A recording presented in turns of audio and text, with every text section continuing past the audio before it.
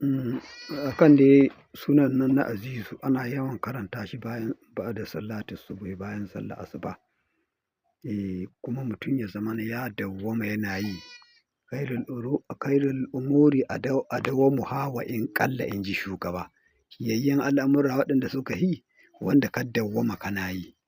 To shi ma in ka yawaita yi ne bayan sallar asuba zuwa tsawon wani lokaci, Allah zai yawaita maka arziki sosai na Al'azizu ɗin nan. Amma shi wannan mai son arziki to bayan sallar asuba ake yi. Ka ɗauke shi 1111 bayan kowace sallah asuba, bayan kowace sallah asuba. Lallai in ka samu tsawon lokaci kana yi za ka ga Allah ya nuna buwayarsa kan arzikin da zai baka. Ƙwaran gasken gaske.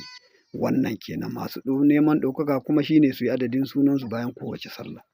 Haka ake yi in sha Allahu. Sunayen sharhin suna da yawa amma saboda su ma kusan 90 ne za mu zanka taƙaita saboda mu yi sauri mu ga mun shiga wani fejin kuma in Allah ya yarda.